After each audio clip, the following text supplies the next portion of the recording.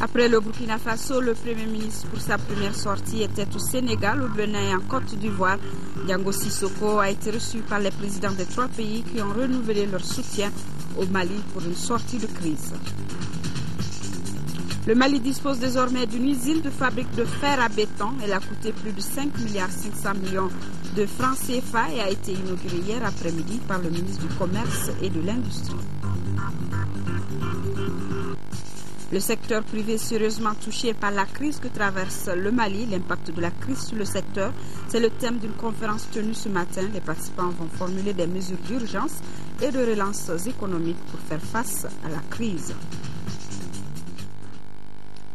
Bonsoir à tous et bienvenue dans cette édition. Tout d'abord, ce message de félicitations du président de la République par intérim au président de la République démocratique fédérale du Népal. Au moment où vous commémorez la fête nationale de votre pays, il m'est particulièrement agréable de vous adresser ainsi qu'au peuple du Népal, au nom du peuple du Mali et à mon nom propre, mes très vives et chaleureuses félicitations. Une intervention militaire aura lieu dans le nord de notre pays dès que les conditions seront réunies. Ce sont là des propos du Premier ministre Diango Sissoko lors de la rencontre qu'il a eue avec les présidents ivoiriens et béninois. Le Premier ministre a également saisi cette occasion pour réitérer le soutien des chefs d'État au Mali. Envoyés spéciaux à Abidjan et Cotonou, Aboubakar Traoré et Amadou Sankare. Ce soir à Abidjan avec le président Alassane Dramane Ouattara ou à Cotonou avec le président Yahi Boni, le message dont le Premier ministre était porteur n'a pas changé. Il s'agissait de saluer les chefs d'État pour les efforts qu'ils déploient pour la recherche des solutions à la crise que connaît le Mali, mais surtout réitérer davantage leur appui à ce processus. C'est un message de demande de soutien davantage sûr, au Mali, la part de la CEDEAO. Vous savez combien le président Alassane Ouattara s'investit quotidiennement en rapport avec, bien entendu, le médiateur qui a été désigné par la CEDEAO, le président Blaise Compaoré, pour que le Mali sorte rapidement de cette crise en récupérant les régions du nord qui sont occupées par des bandes armées et en organisant des élections crédibles. À la question de savoir à quand une intervention militaire et la tenue d'élections au Mali, le Premier ministre répond. On peut faire confiance en cette intervention. Elle aura lieu dès que les conditions seront réunies, mais nous ferons en sorte que ces conditions soient réunies le plus rapidement possible. Et les élections seront organisées dès que les mêmes conditions seront réunies. Auparavant, le Premier ministre a eu une séance de travail avec son homologue ivoirien Daniel Kablan Duncan. Ici, Maliens et Ivoiriens ont passé en revue l'état de coopération entre les 2 pays. C'est ainsi qu'il a été question en matière d'électricité de l'interconnexion entre le Mali et la Côte d'Ivoire, un projet bien avancé, de la relance des activités d'Air Ivoire dans notre pays. Les 2 parties ont également souhaité la tenue des travaux de la commission mixte courant premier trimestre de l'année 2013. À Cotonou, Diango Sissoko a eu également un tête-à-tête avec le médiateur de la République du Bénin, Albert Tchéoudjiré. La situation que connaît le Mali concerne directement le Sénégal qui jouera toute sa partition pour aider notre pays à recouvrer son intégrité territoriale. Ces propos sont du président Macky Sall qui a reçu ce matin en audience le Premier ministre Diango Sissoko. Outre la question sécuritaire, les 2 personnalités ont échangé sur l'avis de l'organisation commune qu'est l'OMVS, envoyé spéciaux. C'est tard dans la nuit ce jeudi que l'avion transportant le Premier ministre Diango Sissoko a atterri sur le tarmac de l'aéroport Léopold Sédar Senghor de Dakar. À l'accueil, le Premier ministre sénégalais Abdoul Mbaye. Et c'est ce vendredi que le chef du gouvernement a été reçu en audience par le président Macky Sall, à qui il a remis un message du président John Kounda Traoré. À l'issue de l'entretien entre les deux personnalités, le président Macky Sall a exprimé sa solidarité au peuple malien. Il a souligné que les difficultés que rencontre le Mali touchent directement son pays. Message de fraternité qui montre la gratitude du président malien à l'égard du Sénégal. Mais nous avons joué le rôle d'un frère, d'un ami, parce que ce qui se passe au Mali nous concerne directement. Et donc dans cette crise, le Sénégal n'a fait que jouer sa partition. Donc nous sommes heureux que les choses évoluent positivement à la suite du vote de la résolution. Aujourd'hui donc que le nouveau gouvernement se met en place et que les conditions de la reprise en main par le Mali se précisent. Nous lui avons apporté le soutien du Sénégal. Nous restons toujours déterminés à être aux côtés du Mali pour la reconquête totale de son territoire, mais également pour que la République soit la seule forme d'expression. Nous avons parlé aussi des questions qui nous lient à travers l'organisation du fleuve Sénégal, l'ANVES, et là-dessus, je pense que nous aurons des développements très bientôt. Ce premier voyage du Premier ministre Diango Sissoko à l'étranger depuis sa nomination lui a permis d'échanger directement avec les chefs d'État du Burkina Faso, de la Côte d'Ivoire, du Bénin et du Sénégal sur la situation au Mali. Et nous atterrissons à Bamako en même temps que le Premier ministre pour retrouver le ministre des Mines qui a rencontré les responsables de la Chambre des Mines du Mali. Au centre des échanges figure en bonne place le problème de subvention, le recensement exhaustif des sociétés minières. Les deux parties ont également évoqué l'organisation des sous-secteurs que sont l'orpaillage et l'exploitation artisanale et des matériaux de construction. Fadem Bakita. Cette rencontre d'échange s'inscrit dans le cadre de la nouvelle dynamique instaurée par le département des mines. Elle consiste à partager l'information et à discuter avec les responsables de la Chambre des mines du Mali sur certaines préoccupations, à savoir l'identification des sociétés minières, le manque de subventions de la part de l'État et les contraintes financières qui entravent le démarrage des activités. C'est pour donner un coup de pouce à la Chambre des mines du Mali, qui est la croix de transmission entre l'État et les opérateurs miniers. C'est elle qui apporte également assistance technique aux entreprises qui excellent dans le domaine des mines. Pour juguler les problèmes évoqués, nous avons réfléchi à des solutions. Il s'agit entre autres d'accorder une subvention conséquente à la Chambre des mines du Mali à hauteur de ses missions et à l'instar des autres chambres consulaires, notamment les chambres de commerce et d'industrie, celles de l'agriculture et des métiers. Selon le premier responsable du département, il faut revoir l'ensemble des politiques et stratégies afin de donner une nouvelle vision au secteur minier. L'aide doit être à l'organisation et au suivi du secteur minier. Chacun dans son domaine et conformément à ses missions doit s'investir au mieux pour que de telles pratiques cessent et pour que l'un des secteurs miniers les mieux organisés et réglementés de la sous-région. La Chambre des mines du Mali, dans le cadre de ses réalisations, envisage d'implanter une raffinerie moderne dans la zone aéroportière. La pose de la première pierre est prévue pour le 10 janvier 2013. La future raffinerie Kankoumoussa sera entièrement financée par la structure. Pour un coût total d'environ 30 milliards de francs CFA, sa capacité de production est estimée à 1,5 tonnes par jour, soit 20 tonnes par mois. Signature mercredi dernier à Abidjan du contrat de fourniture d'énergie entre la Côte d'Ivoire et le Mali, cérémonie présidée par le ministre ivoirien des Mines, du Pétrole et de l'Énergie en présence de l'ambassadeur du Mali en Côte d'Ivoire. Garibou Pérou pour les détails. L'interconnexion électrique entre la Côte d'Ivoire et le Mali est devenue une réalité. D'une puissance minimale de 30 MW en période de pointe jusqu'à 100 MW, le coût global de la réalisation de ce projet exécuté par des Indiens s'élève à environ 67 milliards de francs CFA. Il est le fruit et l'aboutissement concret de l'intégration sous-régionale. Je sais que le gouvernement ivoirien nourrit de grands espoirs, de grands projets, a une très grande vision par rapport justement à l'intégration au niveau de la sous-région et particulièrement par rapport à l'intégration avec le Mali. Nous, notre grand souhait est que tous ces projets que ce soit les projets d'énergie sur lesquels nous sommes aujourd'hui, que ce soit les projets routiers, que ce soit les projets de chemin de fer.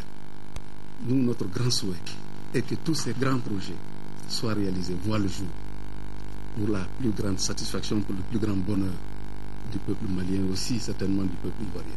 Le séminaire national sur l'énergie 2012 a permis de doter le secteur de l'électricité des plans d'action et d'investissement sur la période 2012-2030 pour ainsi permettre de faire face à l'ensemble de nos engagements en matière de fourniture d'énergie, aussi bien sur le plan national que dans la sous-région. Officiellement prévue pour le 18 décembre dernier, la cérémonie d'inauguration de cette ligne d'interconnexion qui passe par Sikasso, Koutiala, Ségou, entre autres, est reportée au 4 janvier 2013.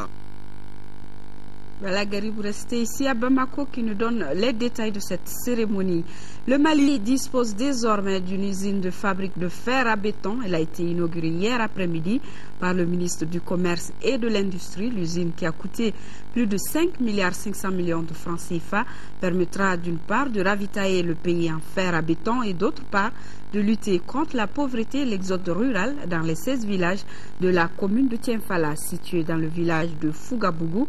L'entreprise compte déjà 180 jeunes ruraux et atteindra, selon son promoteur, 240 dans les mois à venir. Abdrahman Maïga. Produire plus de 25 000 tonnes de fer à béton par an destiné au marché sous-régional en général et malien en particulier. Telle est l'ambition de cette société indienne spécialisée dans la transformation du fer. Cette unité industrielle qui vient d'être inaugurée par le ministre de l'Industrie et du Commerce est située en plein cœur de Fougadougou, dans la commune rurale de Tienfala, en 2e région. Sa réalisation constitue une réponse à une des préoccupations des plus hautes autorités de notre pays. Préoccupations à travers lesquelles le gouvernement ambitionne de faire de l'industrialisation le moteur du développement et de la croissance économique. Je suis fier aujourd'hui de présenter pour la première fois en Afrique une barre de fer gravée sur chaque 60 cm. La marque Imafer TMT, une technologie nouvelle qui donne au fer une qualité supérieure. D'ailleurs, elle est unique actuellement en Afrique. Voilà comment je me suis engagé depuis 2 ans maintenant dans ce projet gigantesque, la première entreprise au Mali. D'un coût de réalisation de plus de 5,5 milliards de francs CFA, cette industrie de fabrique de fer se compose entre autres d'un four électrique d'une capacité initiale de 21 000 tonnes par mois qui sert à fondre la matière première, d'un laminoir d'une capacité de 150 tonnes de produits finis par jour, des hangars et des bureaux. Dans quelques jours, nous serons à Caille pour l'inauguration de la cimenterie de Wassem avec des investisseurs indiens. Ceci constitue la preuve éloquente que malgré la crise qui nous a été imposée, des investisseurs étrangers continuent de croire en notre pays. En plus de ces réalisations, l'implantation de cette entreprise permettra également de lutter contre la pauvreté et de réduire l'exode des jeunes ruraux avec la création de 240 emplois pour les jeunes des 16 villages de la commune rurale de Tienfala. Cette inauguration a été aussi une occasion saisie par le ministre Konaté pour inviter les opérateurs économiques à venir investir dans le secteur industriel afin de contribuer au développement socio-économique du Mali. Un secteur privé moteur de la croissance économique qui est d'ailleurs sérieusement touché par la crise que traverse notre pays. L'impact de la crise politique et sécuritaire sur le secteur, c'est donc le thème d'une conférence tenue ce matin. Elle est co-organisée par le PNUD, l'association Joy Rofa et le Conseil national du patronat, et l'Observatoire du développement humain. Les organisateurs formuleront des mesures d'urgence pour relancer l'économie nationale. Le compte-rendu d'Adama Djindi. La crise politique et sécuritaire qu'a connue notre pays en 2012 a frappé de plein fouet l'économie et le secteur privé en particulier. La suspension de l'aide publique au développement, excepté l'aide humanitaire, l'arrêt de nombreux projets d'investissement et la fermeture de plusieurs unités économiques affectent sérieusement les revenus et l'emploi de milliers de personnes. C'est ce qui justifie cette conférence sur le thème « Effet de la crise politique et sécuritaire sur le secteur productif privé au Mali ». L'un des objectifs de cette conférence doit aboutir à la création d'un cadre de concertation et d'échange entre tous les agents économiques et les pouvoirs publics. Ce qui a le plus manqué dans la gestion de cette crise, c'est la concertation, c'est le dialogue, c'est les échanges. Je voudrais donc, encore une fois de plus, saluer cette initiative, remercier le patronat, l'association de ROFA, le PNUD, les opérateurs économiques, pour avoir mis ensemble vos efforts pour aboutir aujourd'hui à des pistes de réflexion. La crise a pratiquement asphyxié certains domaines tels que les BTP, le tourisme ou encore l'hôtellerie.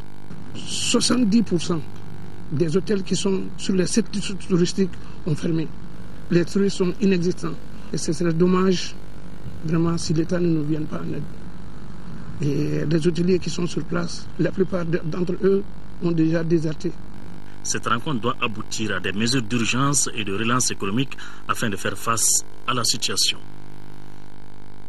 Les experts du Centre d'études et de renforcement des capacités d'analyse et de plaidoyer CERCAP ont présenté aujourd'hui leurs produits de recherche et d'études. C'est à la faveur de l'édition 2012 des journées scientifiques de la structure. Le compte-rendu d'Adama Kodjo. Il s'agit pour les experts du Centre d'études et de renforcement des capacités d'analyse et de plaidoyer CERCAP de présenter leurs produits, à savoir une demi-douzaine d'études et de recherches. Occasion pour les participants d'apporter leur contribution en vue d'améliorer les documents présentés. Créé en septembre 2005, le centre a pour objectif de renforcer les capacités de l'administration, du secteur privé et des organisations fêtières de la société civile. La rencontre vise à faire connaître les produits du CERCAP, à partager la vocation de renforcement des capacités comme une contribution crédible et durable au développement économique et social du Mali. Les capacités sont importantes, capitales pour notre pays, en ce sens que c'est elles qui permettront l'élaboration et la conduite des politiques et programmes pour faire face à la demande sociale. Au terme de cette édition, les participants procéderont à une synthèse de leurs travaux. C'est la fin de l'année, on évalue le chemin parcouru, d'où la tenue de plusieurs conseils d'administration ces jours-ci. Le Centre national des œuvres universitaires CENU a tenu le sien. Les détails avec Nando Dambélé. La présente session se tient dans un contexte particulier, marqué par l'amélioration de la qualité des services rendus par les structures de l'enseignement supérieur au Mali.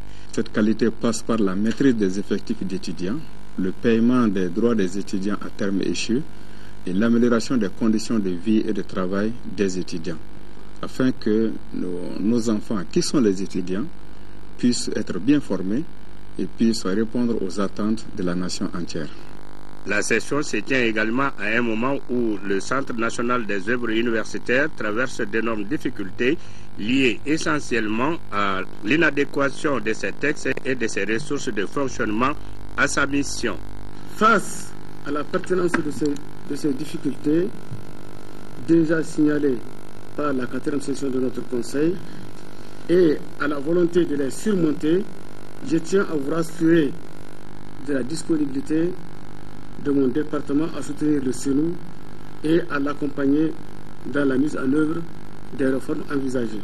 Plusieurs documents sont soumis à l'appréciation des 13 administrateurs. Parmi eux, le projet de délibération déterminant le cadre organique, le projet d'accord d'établissement, le rapport d'activité 2012 et le programme d'activité 2013, le rapport financier 2012 et le projet de budget 2013, lequel se chiffre à plus de 26 milliards 221 millions de francs CFA, avec une baisse de 4,52% par rapport à celui de l'année précédente.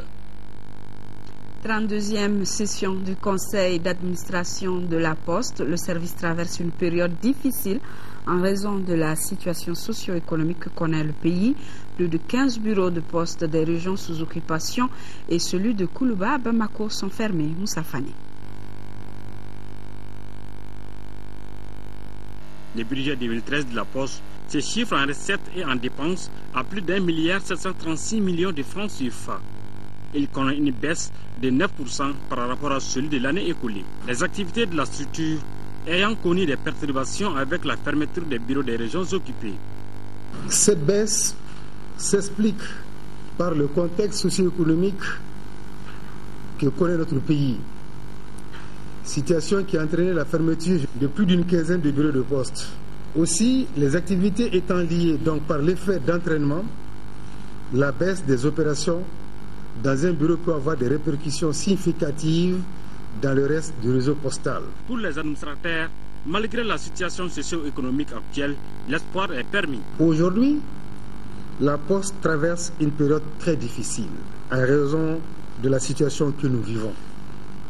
Néanmoins, l'espoir est tout de même permis avec la diversification du partenariat en matière de transfert électronique d'argent, mais surtout avec l'exploitation future des services financiers postaux. De même, des efforts sont faits pour réduire de manière significative les charges de l'entreprise. Au cours de la rencontre, les administrateurs sont appelés à adopter le procès-verbal de la 31e session. Les rapports d'activité du premier semestre 2012 sera également validé. Le projet de conservation et de valorisation de la biodiversité du Gourma a tenu la 8e session de son comité de pilotage. Les membres examinent le rapport annuel d'activité et le programme de 2013. Malgré l'occupation totale de la zone d'intervention du projet qui arrive d'ailleurs à terme, des résultats satisfaisants ont été enregistrés à Galia Gabissa. C'est l'hôtel Mandé qui a servi de cadre aux travaux de cette 8e session du comité de pilotage du projet de conservation et de valorisation de la biodiversité du Gourma.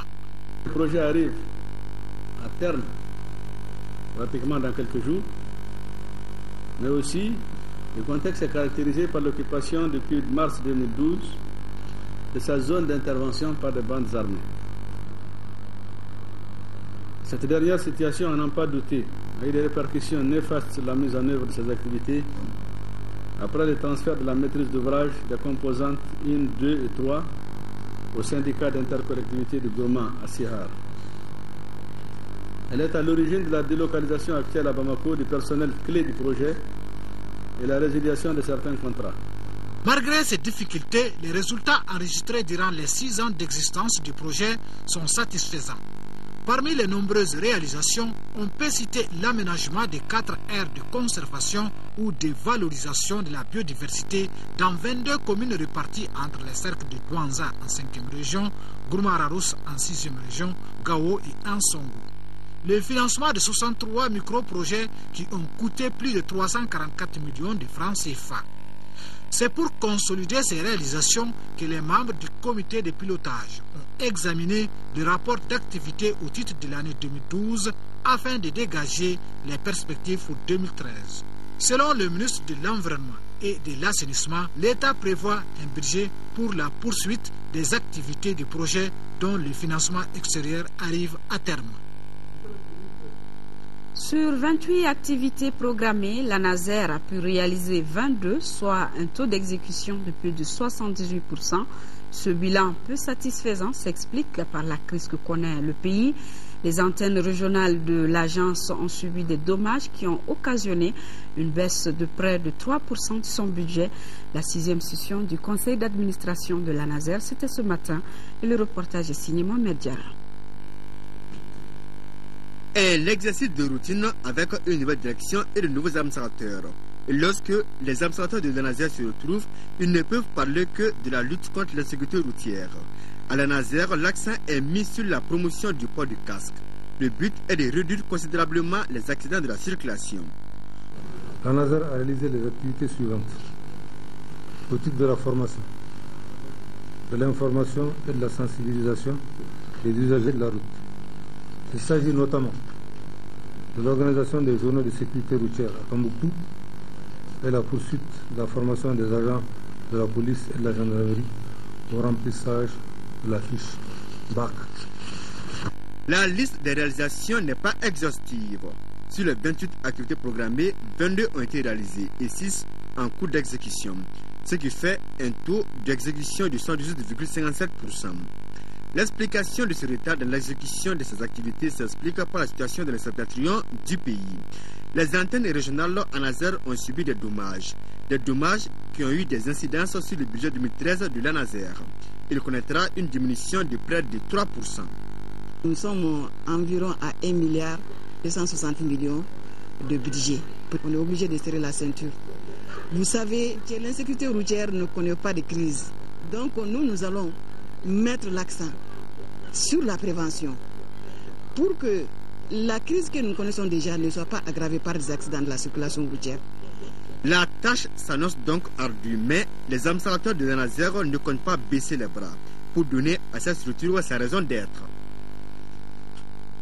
Réaliser le plan stratégique de développement PSD de l'ANPE, un plan dont les activités ont été suspendues à cause de la crise, c'est la volonté des administrateurs de l'agence qui ont tenu la 23e session de leur conseil d'administration. La dite session a examiné et adopté le budget de 4 milliards de francs CFA de l'ANPE. Fatoumata Kone. L'ANPE a lancé un outil de gestion appelé Plan stratégique de développement PSD. C'est un programme phare élaboré pour 5 ans. Les administrateurs de l'agence doivent examiner les nouvelles orientations promulguées au PSD. Est un outil qui a été conçu pour nous permettre de mieux faire face à nos missions en dotant les structures de moyens conséquents et surtout en personnel qualifié pour que nous puissions mieux faire face à nos obligations. Obligations qui se résument à la promotion d'emploi, la formation professionnelle, la communication, l'information sur le marché du travail, entre autres. Pourtant, l'agence a connu quelques difficultés cette année. Par exemple, en ce qui concerne un volet de l'opération taxi, nous avons connu de sérieuses difficultés avec un opérateur qui n'arrive pas à faire face à ses obligations, mais nous sommes en train d'essayer de résoudre cette équation. L'enquête permanente auprès des ménages, c'est une étude annuelle que nous lançons pour connaître le taux de sous-emploi. Il est évident que cette année, vu la conjoncture, on n'a pas pu réaliser cette étude. Pour atteindre des résultats satisfaisants, les administrateurs ont estimé le budget de l'agence à 3 534 millions de francs CFA. Cette somme permettra de réaliser d'autres activités, dont l'entretien du bâtiment, la formation du personnel. Le budget global pour l'exercice 2013 est arrêté en recettes et en dépenses à plus de 3 500 millions, sur lesquels plus d'1 milliard sont nécessaires à la réalisation de ces dites activités programmées. Pour l'exercice 2013, un accent particulier sera mis sur la création d'emplois des jeunes. L'ANPE compte investir à hauteur de 600 millions de francs CFA pour la création d'entreprises pour jeunes. Contribution des sciences appliquées à la stabilité de la crise au Mali, c'est le thème de la 7e édition du symposium malien sur les sciences appliquées. Le symposium est une activité scientifique de partage. C'est aussi une opportunité de découvrir les résultats d'une quinzaine de travaux des chercheurs en agriculture et élevage. Des questions liées à la crise sociopolitique et sécuritaire du Mali seront débattues au cours des 2 jours que dureront ce symposium. C'est la cérémonie de remise de prix FACIC qui a clôturé les rencontres cinématographiques de Bamako.